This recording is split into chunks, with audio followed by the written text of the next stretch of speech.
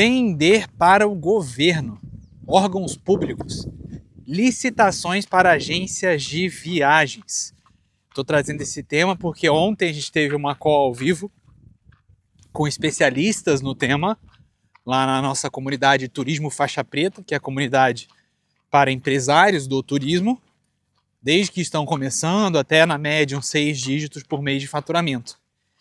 E foi muito legal a conversa, porque realmente desbloqueou para muita gente a possibilidade de você ter um novo cliente, né? Um cliente que tem muito dinheiro e que, diferentemente da maioria dos clientes tradicionais de uma agência de viagem, que viajam a lazer, o diferencial desse tipo de cliente é que eles viajam por necessidade. É bem diferente quando você faz uma venda por necessidade e uma venda por lazer. Então eu vou trazer aqui algumas informações relacionadas a esse tema, que é um tema que não tem nenhum vídeo na internet. Então, oficialmente, estamos sendo o primeiro,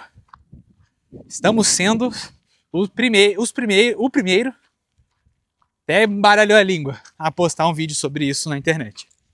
Voltado para agência de viagem, é lógico.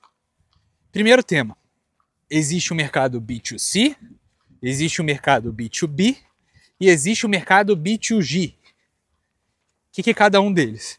B2C é Business to Consumer. Então você, com o seu negócio, com o seu business, vendendo para o cliente final, o consumidor. B2B é Business to Business. Então você, dono da empresa, de um negócio, vendendo para outra empresa, um mercado mais corporativo. B2G é Business to Government, que seria o quê?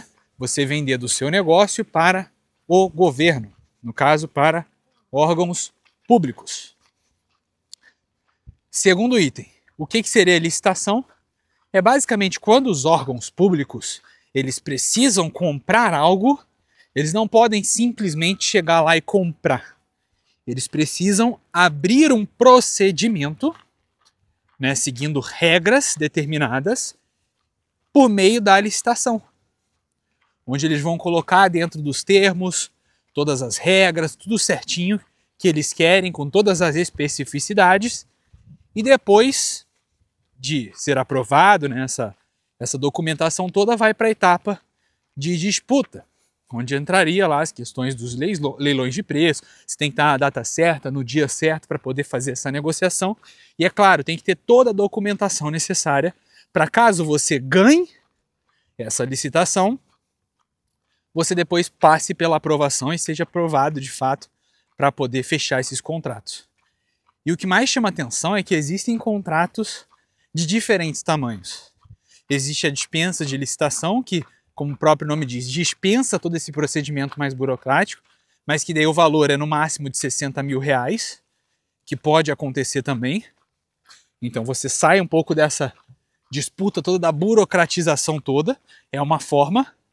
E existe a licitação normal, que daí sim, você vai encontrar desde contratos de 100, 150 mil, até contratos, igual foi mostrado lá na call fechada, de 168 milhões de reais. Um contrato por 2 anos, que tinha um termo aditivo, se eu não me engano, que poderia ser prorrogado por 10. Então olha que loucura. Seria simplesmente, esses 168 milhões ia virar o quê? Meio milhão? Meio milhão não. Meio bilhão de reais em contrato com o governo.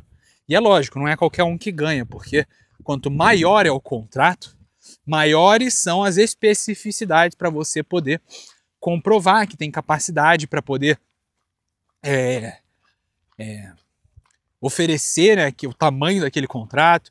Geralmente eles pedem índice de liquidez, eles vão pedir também capacidade de você poder arcar com as despesas, arcar com a demanda deles. É claro que tem vários detalhes. Para você ganhar uma disputa dessa, você tem que ter um super negócio, não é qualquer um.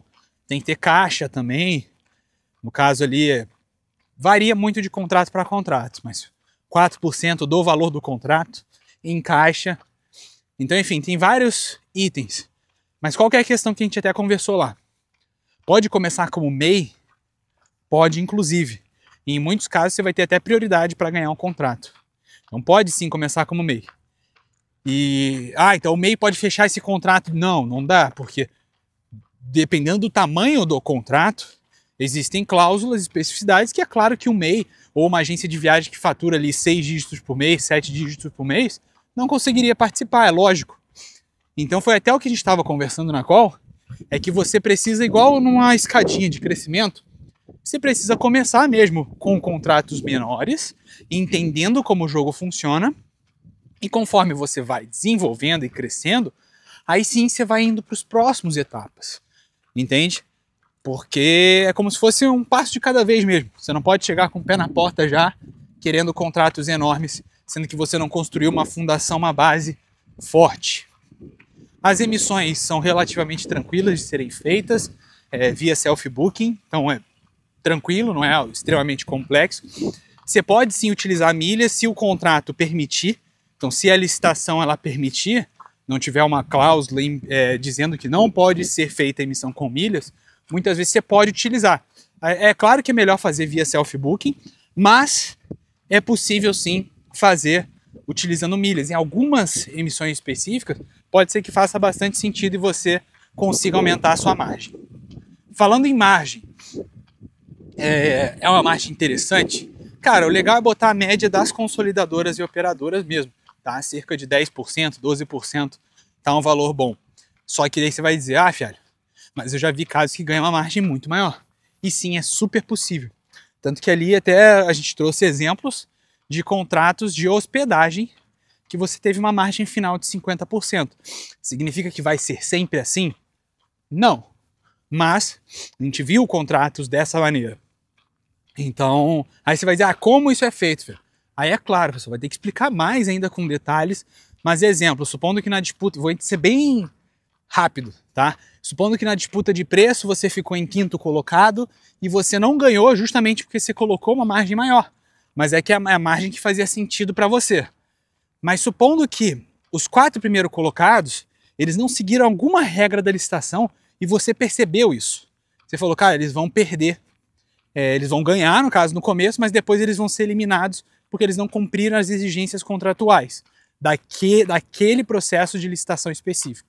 Beleza, você colocou uma margem mais justa para você, chegou lá na hora, você imaginou ou percebeu que eles iam ser eliminados, você na 5ª colocação ali, na posição, você acabou ganhando no final porque os 4 primeiros foram eliminados. Então isso é uma maneira para você conseguir aumentar a margem. Existem várias outras estratégias.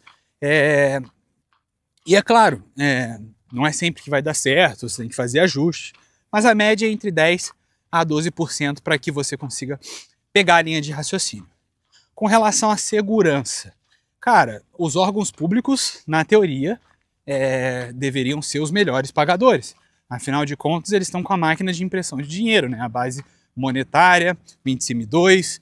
Então, mas existem riscos? Sim, existem riscos. O normal, a média de pagamento para dispensas de licitação, 7 dias, e para os demais, fica em torno de alguns dias, 7 dias, a até 45 dias. 1 mês e meio, mais ou menos.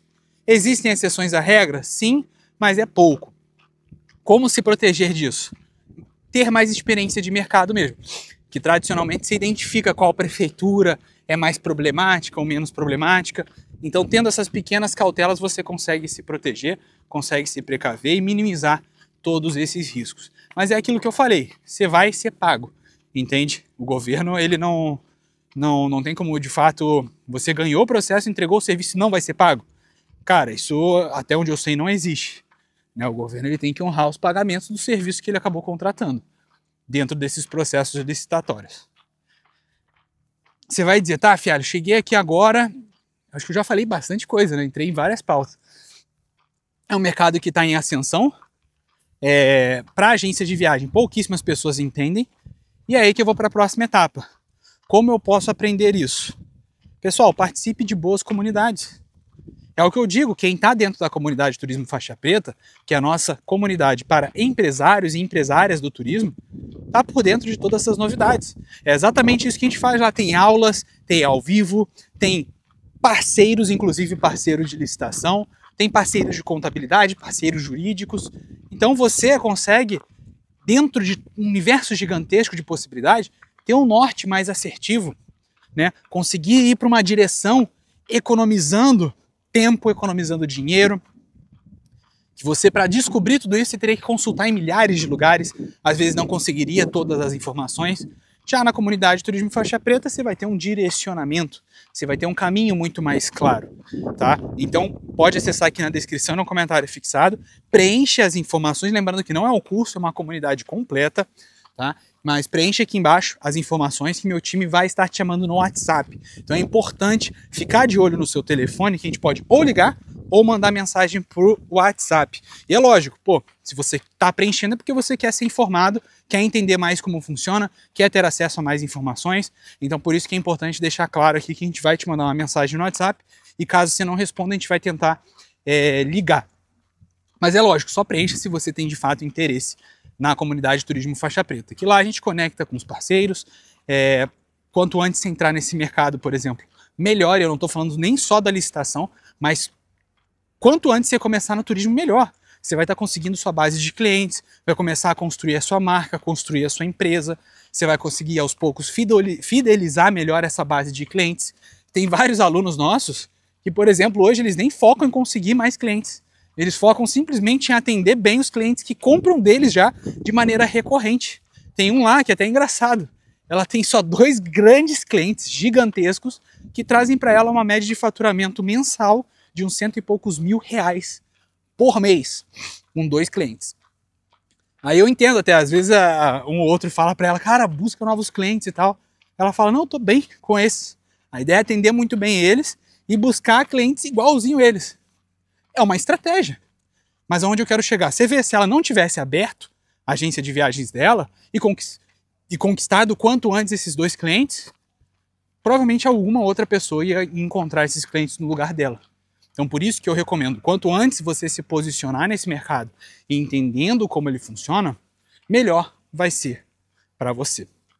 E no mercado de licitações para agências de viagem é a mesma ideia. Quanto antes você começar a se posicionar, melhor, porque você vai conseguir ter acesso a contratos maiores e principalmente participando de bons ecossistemas, você vai estar muito mais fortalecida para conseguir ganhar esses super contratos, que inclusive é possível em alguns casos não ganhar um contrato e participar somente de uma agência.